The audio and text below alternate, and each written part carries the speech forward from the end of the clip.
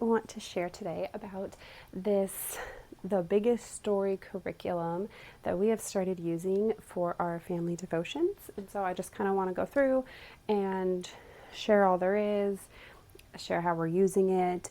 This will be a more in-depth video because I am going to actually go through and share what it really is, just because I feel like sometimes you go through on Amazon or even on Instagram and look at the pictures and you can't tell what it is or how you would actually use it. So I'm going to kind of walk through and really show you all the parts of it. So if you are familiar with the Biggest Story Bible, is that what it's called? The Biggest Story book? The Biggest Story Bible storybook. This is the one that has like the really beautiful images, and it's just a storybook Bible, meaning it's not, the actual Bible. It's like a retelling of it for kids. So my kids have loved this one because it's kind of, sometimes there's funny things. It's very beautiful. And so we've had this for a while. And then this came out more recently. And you can absolutely use it. I think it's great for homeschoolers. And then it also talks about, and I'll show you where it talks about, like if you were doing a Sunday school class, you could use it. And then I think it's good for family devotions. And so that's how I'm using it, because I am homeschooling my little one, but my older two are not being homeschooled. And so if I was homeschooling them, I would absolutely use this. But because I'm not, we don't have a ton of time, but this really does work for just like a nightly family devotion. So I'll kind of explain how we're doing it. But first is the curriculum. So this is the curriculum.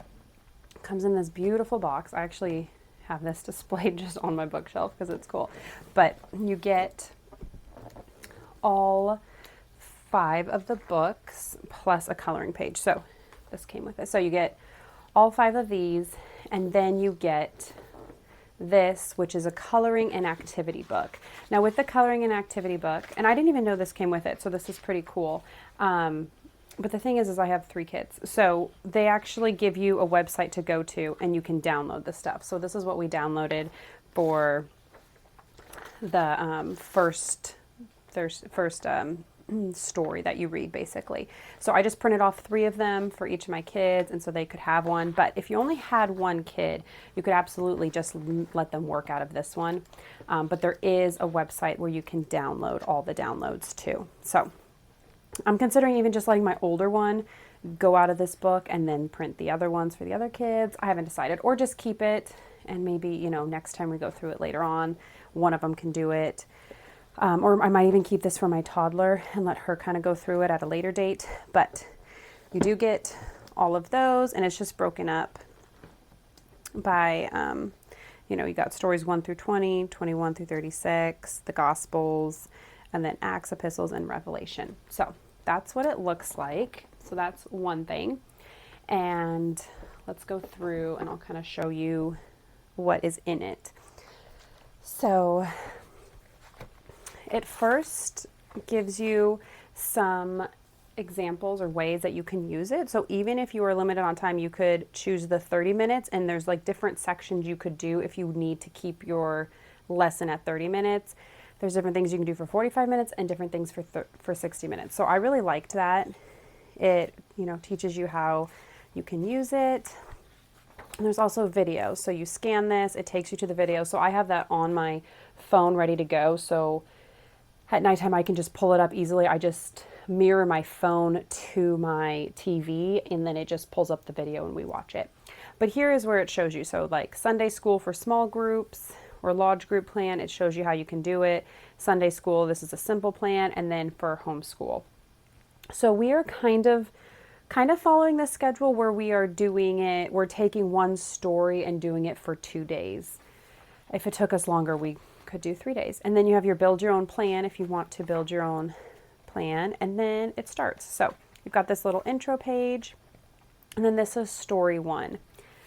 So this is like for you. So before the lesson, you can read. It tells you, what to pray for, study the lesson plan. It's super helpful. So then you got number 2, which is teach. So this is the big picture. And you can just read this to the kids, and then you can tell the story. So you can do it a few ways. You can read the Bible passage together, like out of your regular Bible. You can read from the Biggest Story Bible, so read from this, or you can play the video. So, and again, it's all like together. So it begins, like it's really, it's in sync with this. This is. Now, also, I watched the video the first time. The video is this exactly. So that's why you don't need to do both. If you have older kids, I would say you could probably read the Bible. If you have younger kids that want to read, you could do this. If you have my age kids, so I have a 10-year-old daughter who could absolutely do just like reading the Bible. And then I have a 8-year-old son who has autism, so for him, he's not going to listen as well to reading. And then I have a 2.5-year-old. So for me, the video worked really well because it really got them engaged. But it's just like animated, so it has like these pictures, but it's just someone reading it all, saying it, and then it's got like little images. And it's just a little video, but I actually followed along in this book because I wanted to know if it was the same, and it is. So it even has that prayer at the end. So you could do either one, but the video is really cool. So you watch the video, and then you can teach the story. It gives you a big truth. You can talk about this. There's this gospel connection. So how does it like connect with the whole gospel picture? And then discuss. So we did all of this in one night. So we watched the video.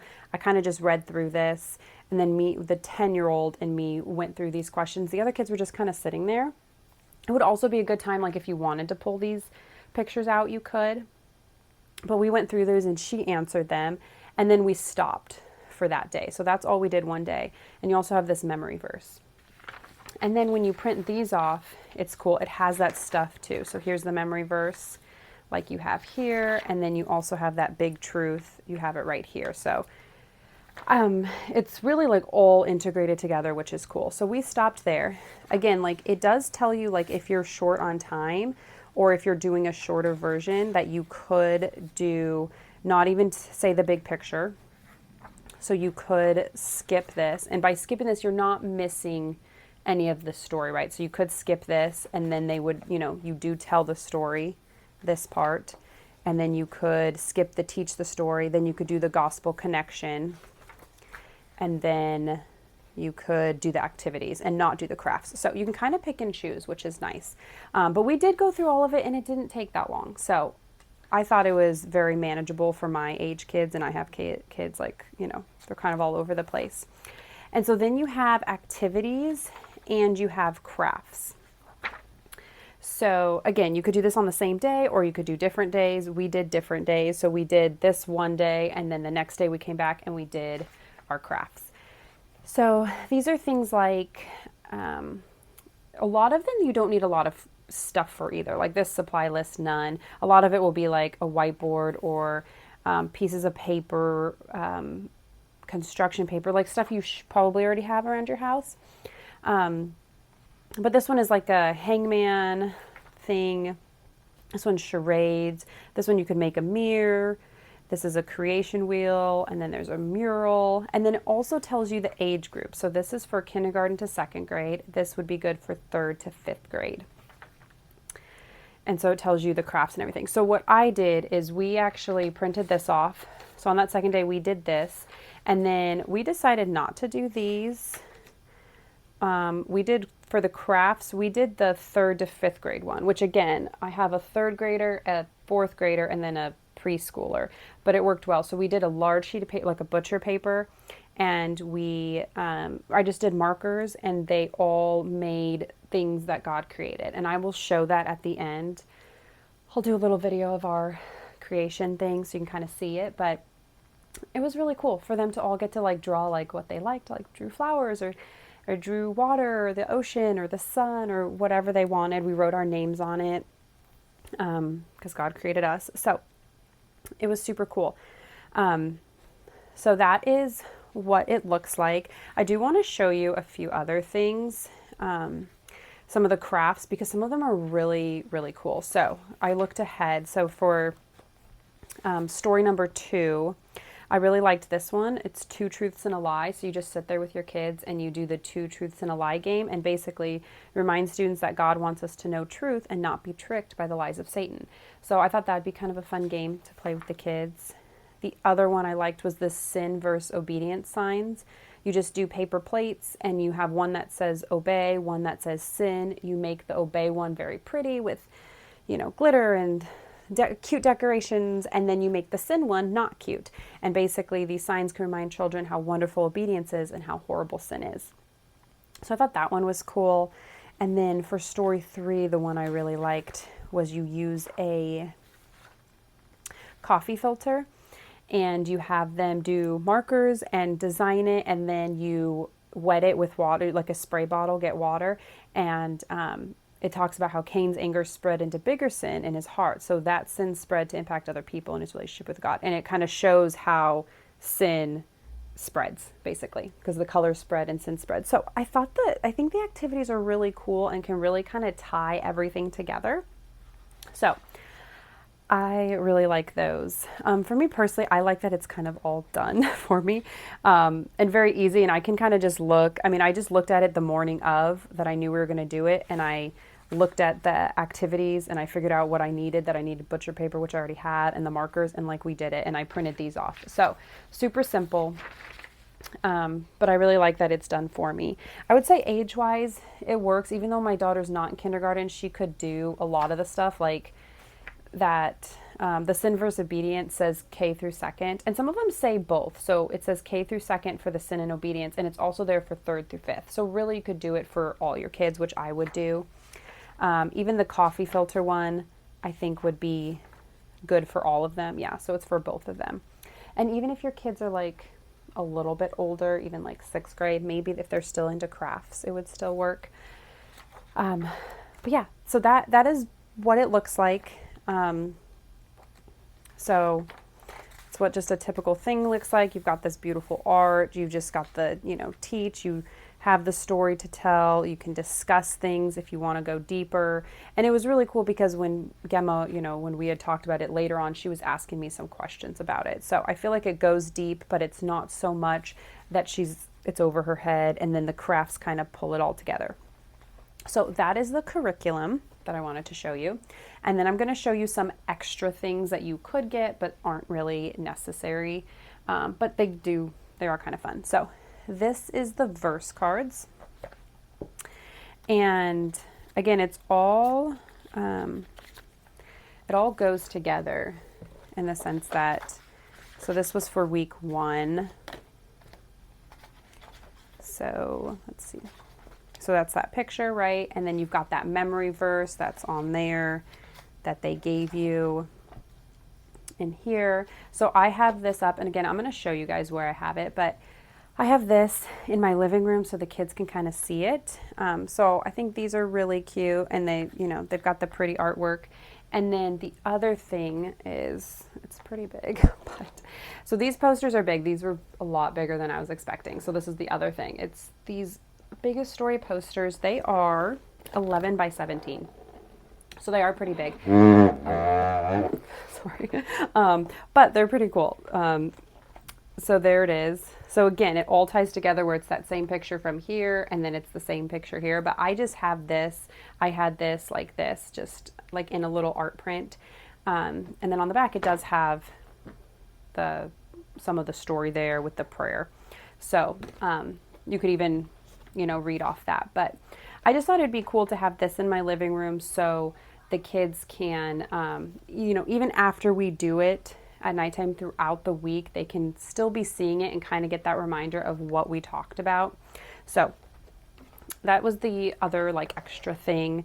They are pretty big, but they're very beautiful. So very beautiful art prints. And when you're done, you could obviously hang them up or do something with them because they are just very cool artwork. So those are the 3, I guess, things that go with this.